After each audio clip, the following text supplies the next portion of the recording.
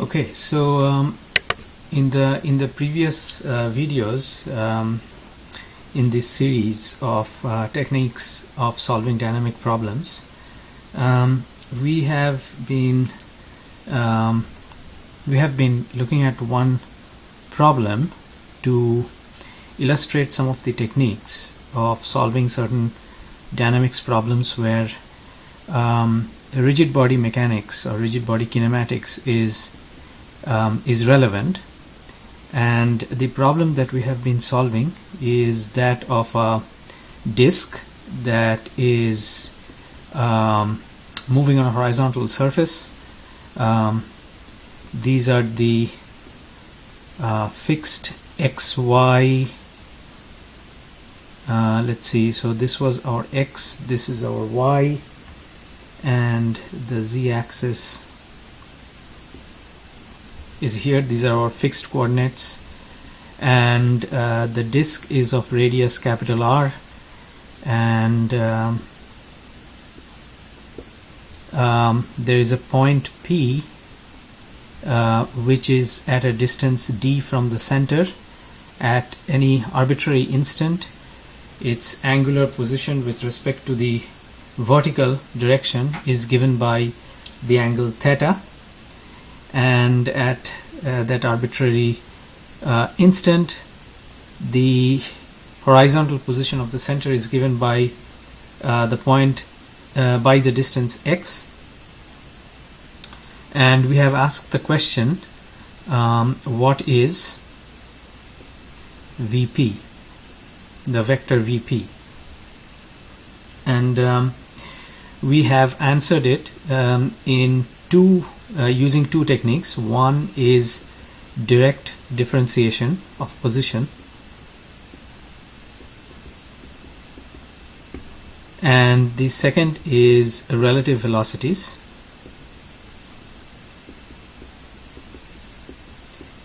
And the result that we have is that VP is equal to, based on unit vectors that are aligned with this capital X, capital Y, and capital Z, the velocity that we found is x dot plus d theta dot cosine theta I minus d theta dot sine theta j. So this is the result that we have, and we verified that we get the same result using these two methods. Of course, if there are two methods to solving a problem, and these two methods are they capture the physics correctly, they should give the same results, and that is what we get. Now in this discussion we are going to introduce the idea of rotating coordinates or rotating reference frames, or rotating reference frame in this case, and we shall use this rotating reference frame to solve this particular problem.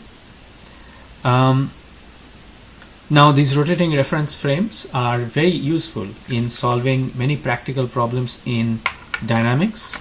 Some of the practical considerations, or some of the practical situations where rotating reference frames are routinely used is, for instance, any measurement, distance measurement or position measurement, or even acceleration measurement that we are doing on the earth. So for instance, when we measure let's say the speed of a vehicle, we are actually doing that velocity measurement on the earth, and the earth is a rotating object, so our measurements are happening on this rotating frame. Okay, so these measurements are happening inside a rotating frame. For instance, measuring how fast a hurricane is moving, or how fast a train is moving away from one point. So all these kind of measurements are being done within the rotating reference frame of the earth, and so these measurements are pretty commonplace, and the use of a rotating reference frame to analyze problems in dynamics is very useful because it actually gives a greater resolution into the motion that we are capturing. It gives a higher resolution on relative motion between two objects. And however, it does introduce some complexity, but once we understand the mechanism of using these rotating frames, of analyzing a problem using rotating frames, they become a rather useful tool. So it is the objective of these videos to also give a better idea, or give a clear idea of what rotating frames are, how to use them in solving problems. So in our case, the rotating frame that we are going to use, well, as the name refers to it, this is a rotating frame. It's a reference frame that is rotating, right? In our case, what we'll do is we'll consider a frame of reference that is fixed to the disk. Okay, so as the disk moves, but as it also rotates, the reference frame itself rotates with the disk. So we are going to consider a reference frame that you could say that has its origin at C, and let's say that one of its axes is oriented from C towards P. So it is fixed to the disk, so it rotates with the disk. Okay, so for the sake of convenience and for the sake of understanding this figure better, what I am going to do is I'm going to draw that axis over here, and I'm going to call it E sub r. So this is a unit vector which is kind of a radial direction unit vector. It's going to be directed from C towards P. P should be is this point, by the way. So it is always going to be directed in the direction of C towards P, but as P turns, as the disk turns, you can imagine that ER also turns. Now, whenever we introduce a reference frame, we need to, in three-dimensional space, to cover the entire space, we need to have three different unit vectors. So this is one vector. We will have a perpendicular vector to that. We call that E theta, and we will see going forward that this is a simplification of what is called a cylindrical reference frame.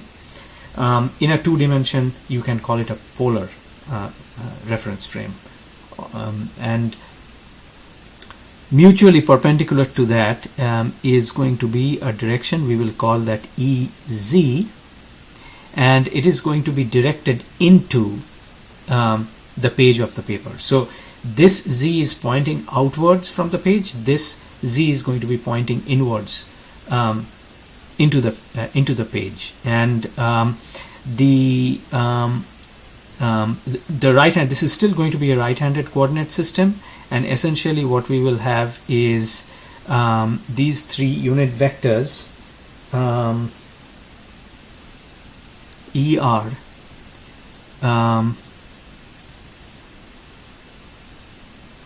E theta, EZ. They will form a triad. This is the graphical approach that I use to define my coordinate frame. Essentially what this is saying is that if I curl my fingers from ER to E theta, I'll be pointing towards EZ. So here you can see, curl your fingers from ER to E theta. Of course, use the right-handed rule. So curl the fingers of your right hand from ER to E theta is going to give you EZ, and that's the positive direction. So in fact, this also tells us that ER cross E theta is going to be EZ, E theta cross EZ is going to be ER, and EZ cross ER is going to be E theta. So you can verify that here. So this is our definition of the rotating reference frame. And so we are going to use this rotating reference frame, and you can see that this reference frame rotates with the disk. This is fixed on the disk, and it rotates with the disk. Okay. Now keep in mind that our original equation that we had written, that Vp is equal to Vc plus Vp with respect to c, this equation is still valid. In fact, this is a very fundamental equation in vector additions, so there is no question that this is still a valid equation, and it can be used to find the velocity of the point P. However, we will see that with this rotating reference frame approach, we get a better resolution on this Vp with respect to c, and in fact what happens is that you can split the velocity of P with respect to c into two parts, and you can look at the velocity of P with respect to c in a different light now, in a slightly different light now.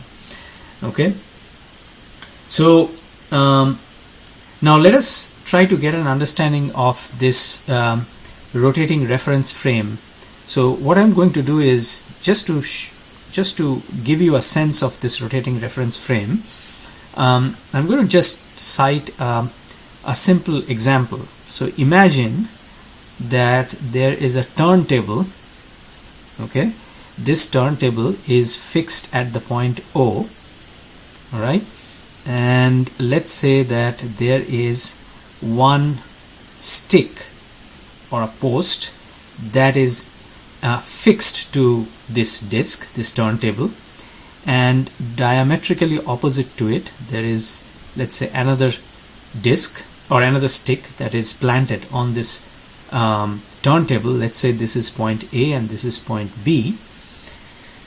Both are fixed, and this disc, let's say, is turning with an angular speed of omega, and let's say omega is 1 radian per second, just for the sake of putting some numbers. And let's say that the radius of this disc r is equal to 1 meter. Okay, now imagine also that there is a camera that is fixed here to the point A. So it is fixed and it is always pointing towards B, and B is the fixed point at the diametrically opposite end of this turntable. So if this turntable is turning at a constant angular speed, and now also for the sake of practicality, imagine that this turntable is well illuminated, and that just so that the camera does not record anything other than B, you have put, let's say, dark curtains or black curtains all around this turntable so that it can't see anything else. And now you're filming. You switch this camera on as the turntable is turning, and you allow this camera to run for some time, and then you stop the camera, stop the turntable. All the while the turntable was turning at that constant angular speed of 1 radian per second, and you look at the film. Okay, so you play the video to see what was the recording. Now what you would see is that the image is just going to be a fixed image. Okay, A is, at this point, the camera is not going to record any motion in B, and the reason is that the camera is fixed to this disc, the point B is fixed to this disc, A is fixed to this disc. So, and the camera is measuring the motion of B with respect to A within this rotating frame, and within this rotating frame, so careful with the wording, within this rotating frame or inside this rotating frame, B has no motion with respect to A, and that is what will precisely be recorded by the camera. However, if you think about it, does B have a relative velocity with respect to A? Absolutely it does. In fact, if the angular velocity is 1 radian per second and if the radius is 1, then A at any given instant has a velocity this way, omega times r, which is 1 meters per second, and B has a velocity perpendicular but in the opposite direction, also of 1 meter per second. And in fact, the velocity of B with respect to A and I'm not putting directions, so the absolute value is going to be 2 meters per second. So in fact, B is indeed moving with respect to A. Okay, and that you will be able to see. So if you had a camera that was looking from top down into the turntable, and that camera was not turning with the turntable, so it's a fixed camera, and you are filming the rotation of this turntable, then from those frames that you record, you will indeed see that the velocity of B with respect to A is 2 meters per second. Okay, so here you have a scenario where if you look at the velocity of B with respect to A from the top, okay, without being on this rotating frame, okay, so a fixed camera which is not rotating, just filming A and B, you will see a 2 meters per second, whereas the camera on A, which is looking at B but is on the turntable, records 0 relative velocity of B with respect to A. So now the question is, how do we parse this? How do we make sense of these two relative velocities? Well, the answer to that is the following. What you record with the camera above, which is not rotating, is the absolute relative velocity of B with respect to A. So here is an interesting term. It's the absolute relative velocity of B with respect to A. So it is the total relative velocity of B with respect to A. What you measure by the camera here, looking towards B from A, fixed to this turntable, is the velocity of B with respect to A within the rotating frame. So it is the velocity within the rotating frame, right? So you can see some distinctions here. There is a velocity of B with respect to A that is absolute. There is a velocity of B with respect to A within the rotating frame. Okay, so this distinction, that even the relative velocity of 2 points on a rigid body, there is some distinction between them. There are some components in which we can categorize this relative motion, becomes more and more obvious and more evident when you use a rotating frame of reference. Okay, so that is so I'll just make a point that camera at A measuring B will show 0 relative velocity.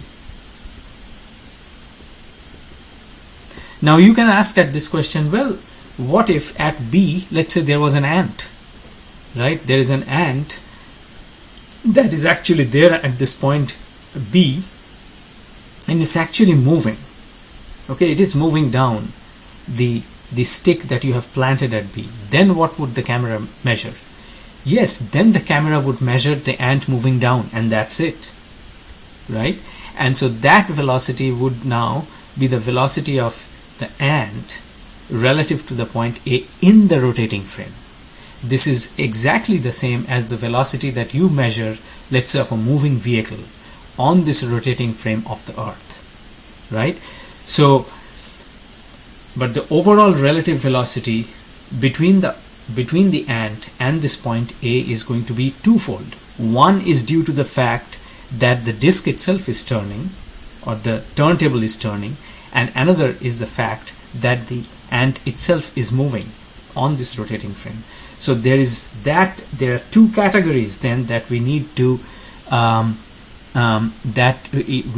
elucidate, that we need to understand, and the rotating coordinate frame brings that to the fore quite nicely. All right. So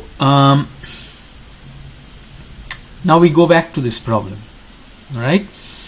Now let's say that we are trying to find out this velocity of P with respect to C, and we are going to use this rotating frame.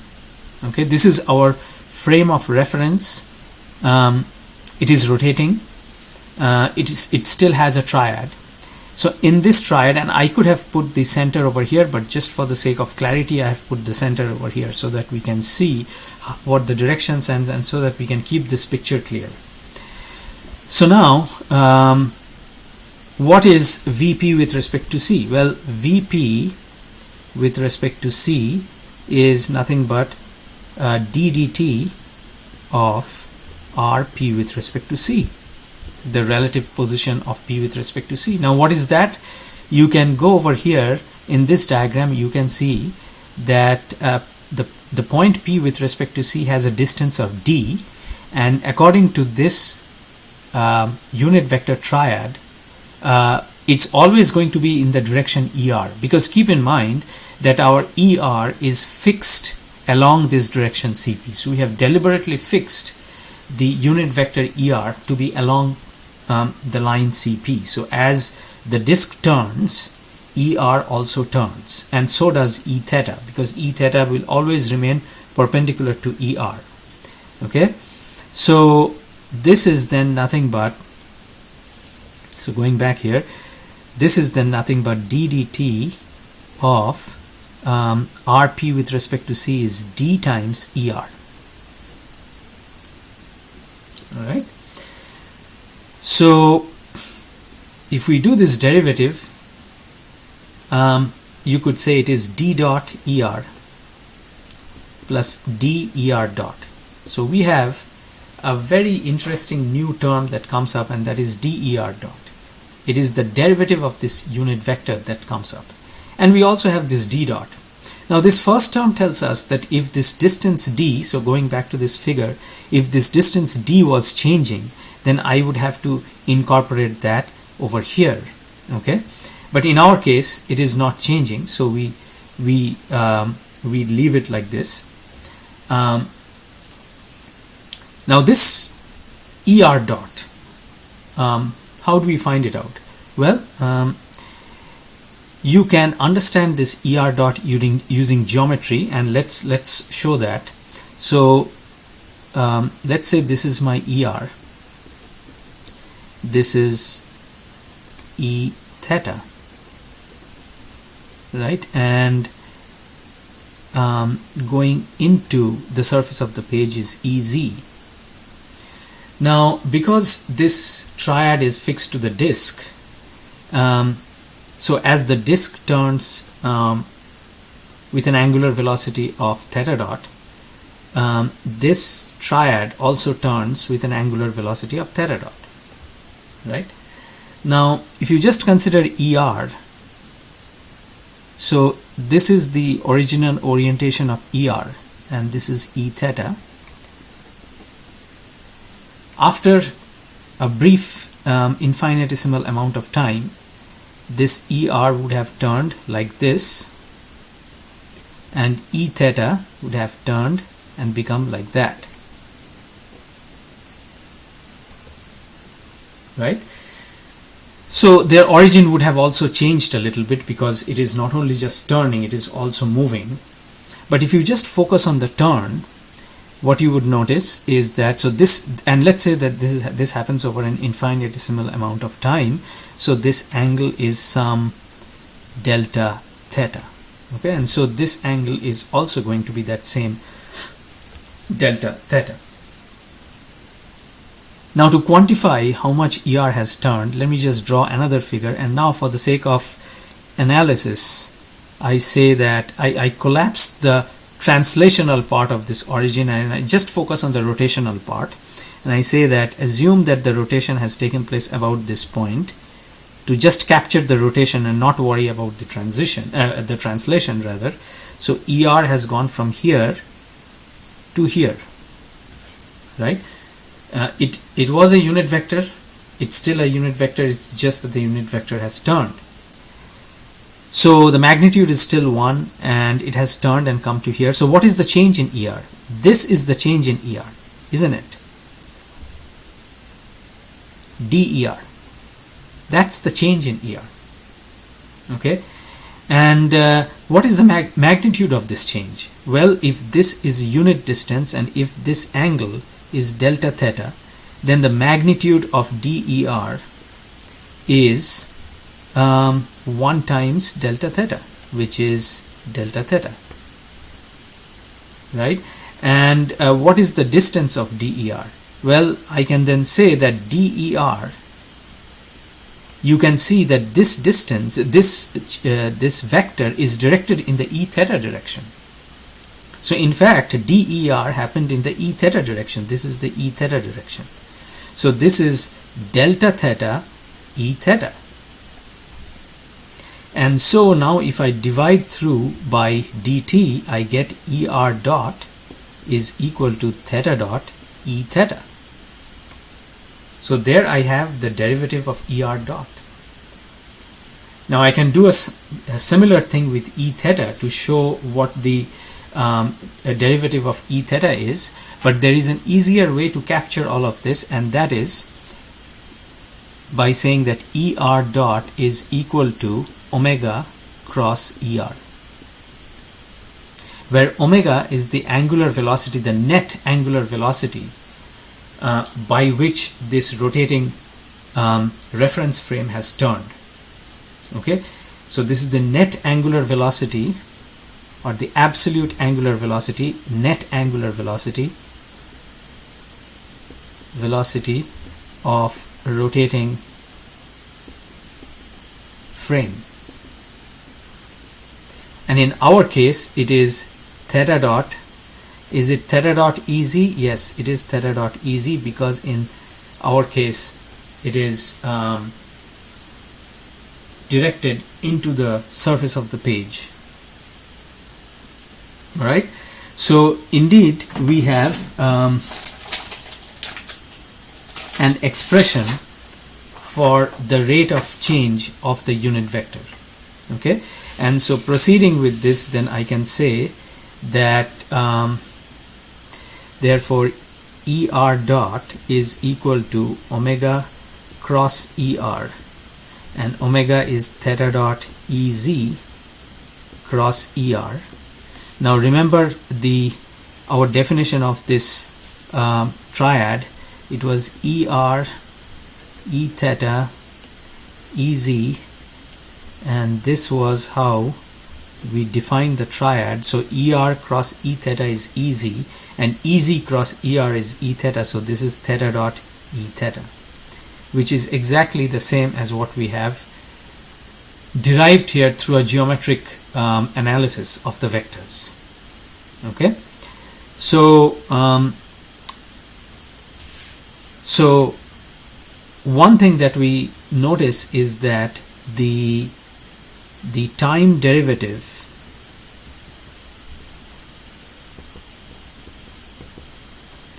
of a rotating unit vector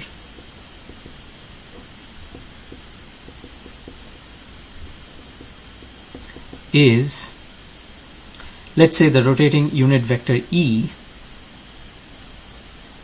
is E dot is equal to omega cross E, where omega is the net angular velocity of E. Okay, so it's a very important result, and it is a central result that we use in dealing with problems that involve rotating frames. So let me bring my notes back into your view.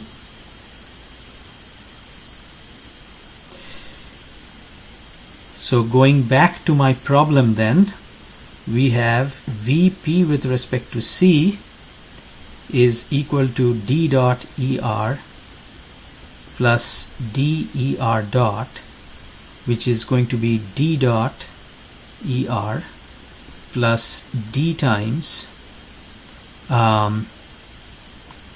omega cross ER. This is DER dot. So this is omega cross ER. One way to express this is d dot ER plus omega cross DER. No problem with that. D is just a scalar quantity. I can just multiply that with ER. And so one thing that you then see is that this is D dot ER plus omega cross RP with respect to C. Okay. Furthermore, this change D dot can be considered as the change of P with respect to C within the rotating frame. So in other words, going back to the main picture here,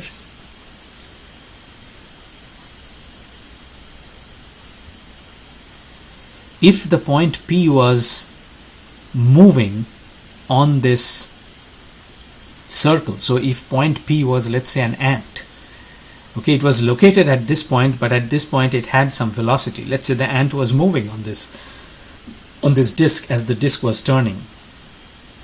Then that would cause a D dot, and that D dot would be captured, would capture the motion of the ant.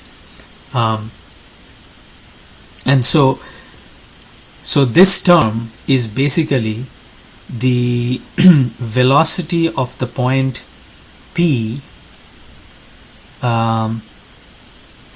in the rotating frame, okay, plus omega cross RP with respect to C. Okay, so velocity of P with respect to C is then the velocity of P in the rotating frame plus omega cross R with respect to C. There are two aspects of this net relative velocity of P with respect to C. One is the fact that there could be a velocity of P, okay, inside the rotating frame,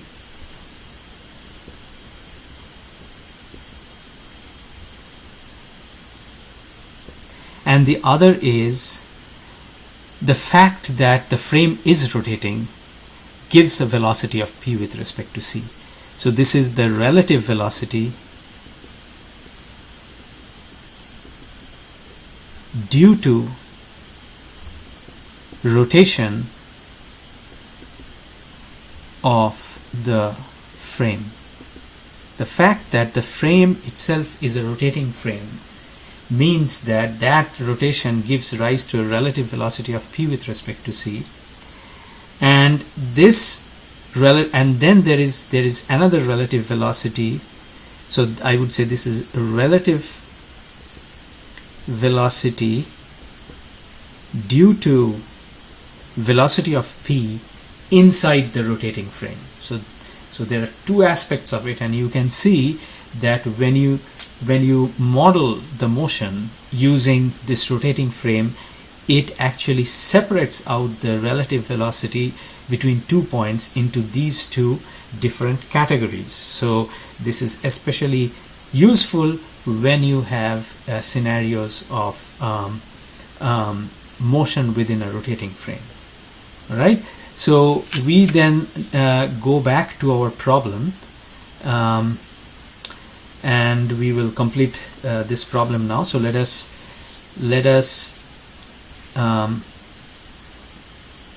work on VP. VP is equal to VC plus, now D dot is equal to 0. So in our case, so we have basically VP in the rotating frame, and that in our case is equal to 0, and this is because D dot is equal to 0. Okay, so P is a fixed point on the disk, plus omega with omega cross R P with respect to C. So omega is theta dot EZ, and RP with respect to C is DER. Okay, so this becomes VC plus d theta dot E theta. Okay, and this cross product comes from this definition of the rotating reference frame. where EZ cross ER gives us E theta. Now what is VC? VC is still x dot I plus d theta dot E theta. Now you would say, is this the answer? Yeah, this is the answer. But one thing that we really don't want in the analysis is to use two different triads to express one vector. This can potentially cause problem because I is a fixed direction. I does not have any derivative, so there is no I dot because I is the fixed horizontal direction, whereas E theta is a direction that changes, so it is part of the rotating frame. So it's often not a good idea to mix and match the two. So in this case what we'll do is we will rather, in order to compare our results with the earlier results, we will resolve this E theta and express this vector along the I and j directions, so that you will get idea of what the final result is as yielded by this method of the rotating reference frame. So if this was our x direction, this was our y direction, and z was like this, so I here, j here, k here, and our ER direction is this way. So ER makes an angle theta with the vertical. E theta is perpendicular to that, and our EZ is into the surface of this page. So now d theta dot E theta, so let's do a geometric interpretation. Let me just draw the ER direction better. So this is the ER direction, this is the E theta direction, this is the unit vector E theta, this is the unit vector ER. If you draw a horizontal line, this is parallel to the x-axis. If this angle is theta, this angle is theta. Now this is vertical and this is horizontal, so this is 90 degrees minus theta, right? Because this is along the x direction, this is along the y direction. Now r and theta are also perpendicular, so if this is 90 minus theta, then this angle is going to be theta. Okay. Now d theta dot E theta is a vector in this direction. So what is its component going to be along the x-axis? Well, it's going to be x dot I plus d theta dot cosine theta is going to be along the I direction, and negative d theta dot sine theta is going to be in the j direction. So minus d theta dot sine theta will be the component in the j direction. So what I am doing here is I am taking this d theta dot, which is in the E theta direction, and I am resolving into mutually perpendicular components. Okay, the horizontal component, which is along the x-axis, is going to be d theta dot cosine theta, and the vertical component is d theta dot sine theta, but it is in the negative y direction, and hence this negative sign, and so the velocity of P is x dot plus d theta dot cosine theta I minus d theta dot sine theta j. So that's VP, and we get the same result as in methods 1 and 2, which shows that our rotating reference frame approach is also a valid approach, and it gives us a way to find the velocity of a point P. If we have to take this approach, then we have to be we have to consider and incorporate the fact that a rotating reference frame will have unit vectors that change directions, and hence they will have time derivatives which have to be considered. The time derivative of a unit vector is which is rotating is omega cross that unit vector itself. That's a very basic result that we use very, very frequently. This idea of using the rotating reference frame is extremely useful in solving problems in kinematics and dynamics, especially when we have multi-body systems, and hence the importance of rotating reference frames.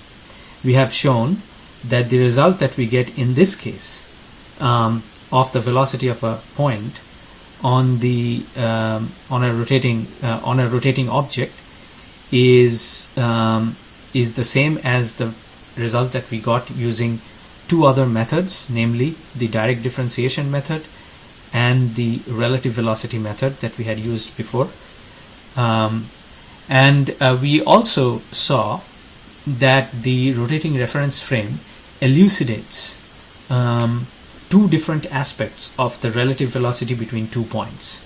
Okay, one is that there could be a motion of a point within a rotating frame, and the other is that a relative velocity can be attributed to the fact that the reference frame itself is rotating. So you can look at the relative velocity between 2 points in the light of these two categories. So that's it for this video, and we will continue this discussion with other examples. Thank you so much.